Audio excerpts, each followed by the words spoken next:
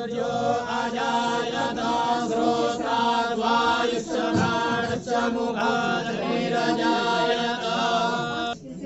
लोगों को देते हैं, तो मैं कर्तव्य ध्वनियों के साथ इनका हार्दिक अभिनंदन करूंगी।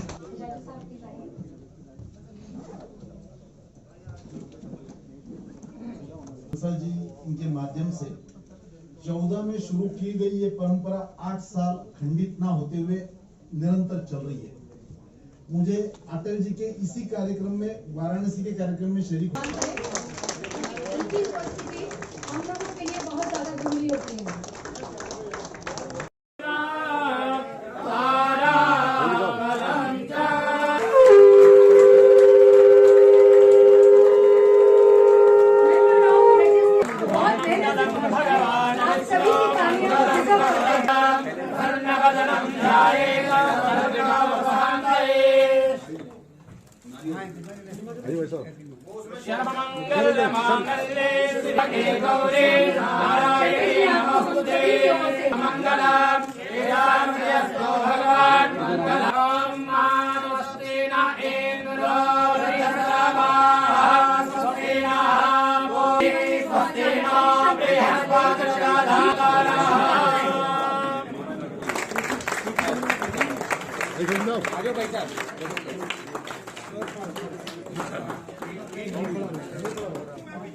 अगले अवॉर्डी का नाम है, हार्दिक अभिनंदन करते हैं।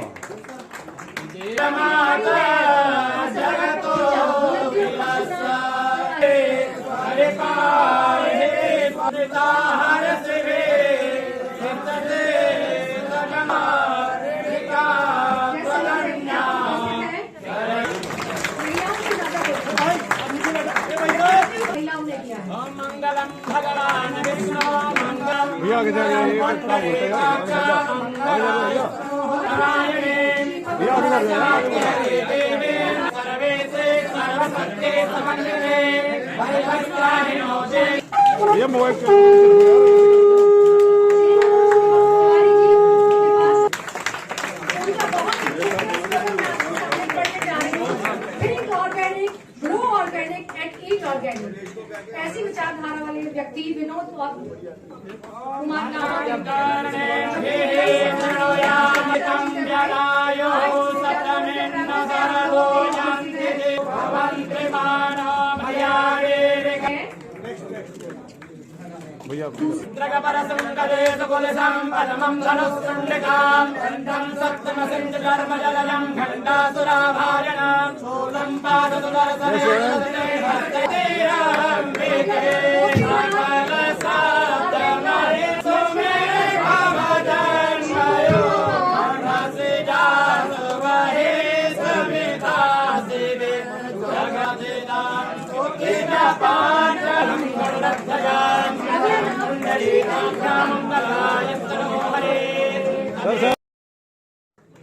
क्या तालियां इतनी बजती है, कोई टैक्स लगता है यहाँ पे?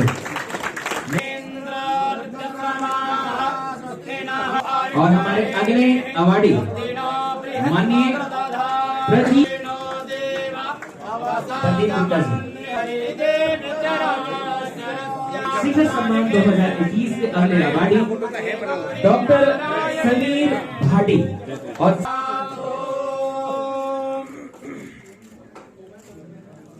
दोस्तों, कोरोना आए सभी आए हुए अतिथियों का बहुत बहुत अभिनंदन और अभिनंदन करता हूं।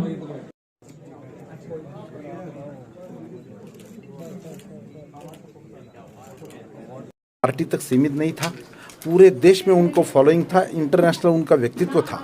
उनके एब्सेंस में, उनके बाद इस प्रकार के कार्यक्रम की श्रृंखला इस यहाँ पर की जा रही है। हर साल अलग अलग क्षेत्रों में काम करने वालों का सम्मान किया जाता है, उनको नवाजा जाता है, उनको अप्रिशिएट करके उनको आगे बढ़ाने के लिए प्रेरणा दी जाती है। मुझे ऐसा लगता है कि अटल सम्मान समारोह का यह 8वां इस बार का भी कार्यक्रम निश्चित रूप से यशस्वी होगा और बहुत अच्छे लोगों का यहाँ पर सम्मान किया जा रहा है। नमस्कार। भारत के पूर्व प्रधानमंत्री स्वर्गीय श्री अटल बिहारी वाजपेयी जी की सम्मान की याद में आज 25 पूरे देश के प्रतिभाओं का, जिन्होंने देश और समाज में अपने योगदान से देश और समाज की सेवा की, ऐसे 25 लोगों का यहाँ अटल सम्मान समारोह के द्वारा उनको सम्मानित किया गया।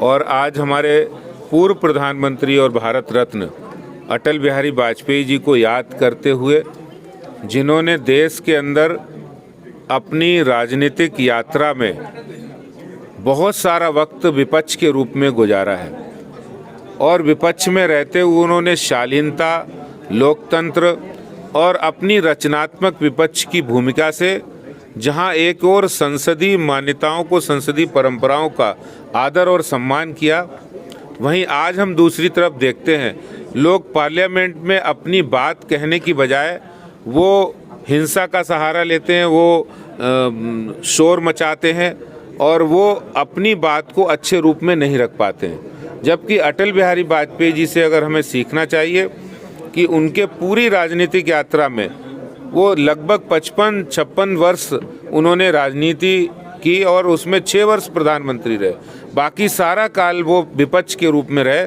लेकिन कभी भी उन्होंने संसदीय मर्यादाओं का उल्लंघन नहीं किया और उनकी बात प्रखरता से वो अपनी बात कहते थे। और जब वो प्रधानमंत्री बने तो देश की आज़ादी के बाद सब लोग कहते थे अच्छी सड़कें होनी चाहिए, अच्छा अस्पताल होने चाहिए, अच्छा देश के अंदर विकास होना चाहिए। बातें सबने की सुशासन की, लेकिन उस सुशासन की शुरुआत अगर किसी ने की तो वो अटल बिहारी वाजपेयी जी ने शुरुआत की।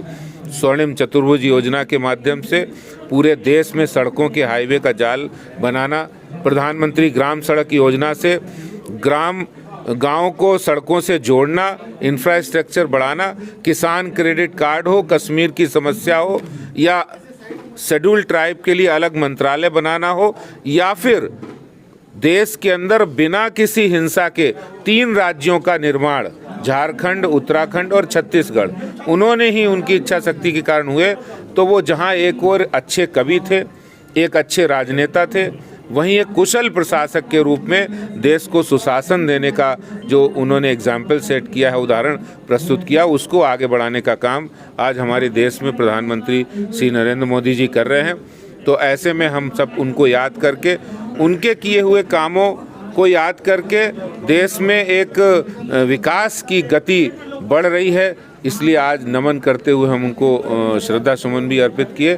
और ऐसे पुण्य आत्माओं को नमन करने से एक ऊर्जा मिलती है, एक सकारात्मकता आती। मैं समझता हूँ आज की युवा पीढ़ी इस ओर जाना चाहिए। मीटिंग में जाना है बाबू। अटल जी का आज अरे मैं बोल भुवनेश जी 8वां नेशनल अटल अवार्ड आज इसका आयोजन यहाँ हुआ है। कितने लोगों को सम्मानित किया गया है और इसका आयोजन आपको जो मोटिवेशन देता है हर बार, इसको आप कैसे देखते हैं? देखिए, इस बार भी 25 लोगों को सम्मानित किया गया है। ये देश का वो अवार्ड फंक्शन है जो अटल जी के चरणों में बैठकर जिसकी नींव रखी गई। वर्ष 2014 में जब अटल जी अस्वस्थ होने की स्थिति में आ गए थे, थोड़ा अस्वस्थ होने लगे थे, तब हम लोगों ने विचार किया कि एक ऐसा कार्यक्रम की नींव रखी जाए कि जिस एक ऐसी महान विभूति के नाम पर उनको सम्मानित किया जाए जो आने वाली पीढ़ी उस विचारधारा से लाभान्वित हो सके, उस विचारधारा से जुड़ सके।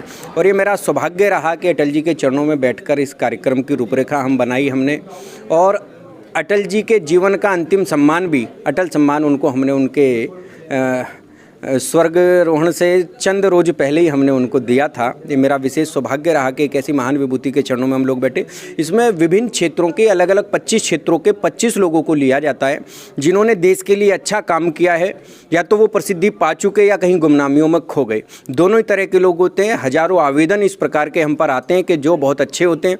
उनमें से हमारी कुमार विशु जी हैं, जैसे भजन सपूरी जी हैं, है ना, इस तरह की चयन समिति है, उसके लोग इसका निर्धारण करते हैं किन 25 लोगों को देना है। इस बार भी 25 लोगों को दिया गया। ये हमारा 8वां कार्यक्रम था।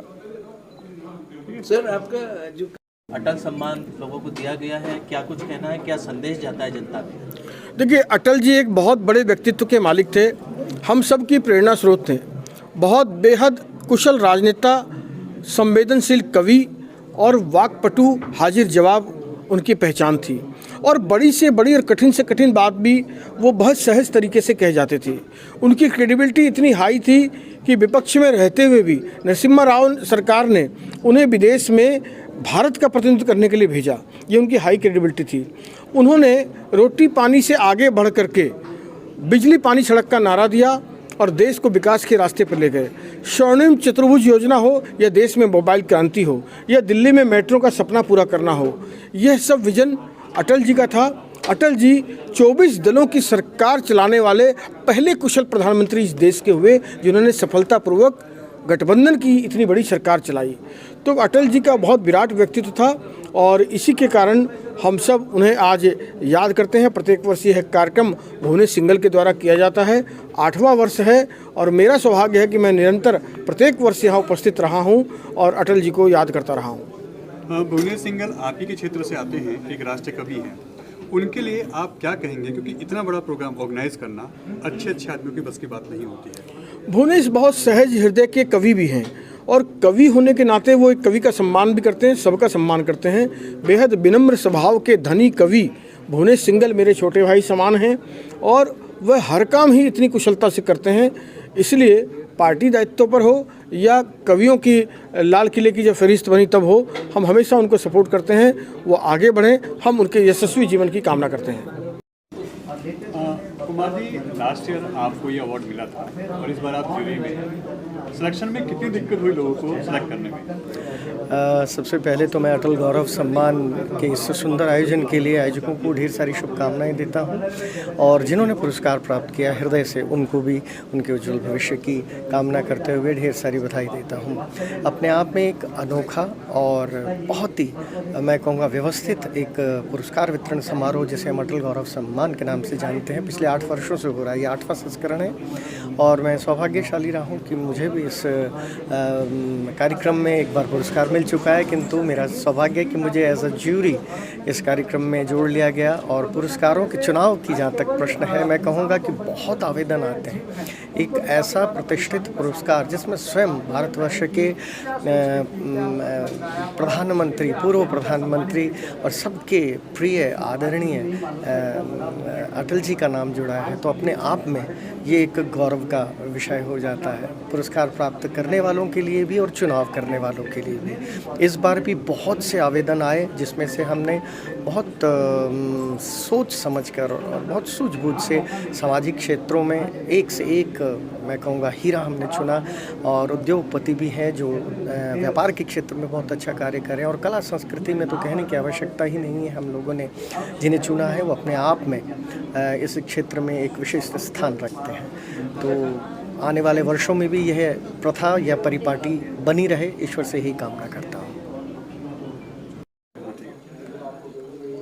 सर, अटल सम्मान कितनी गर्व की बात है आपके लिए?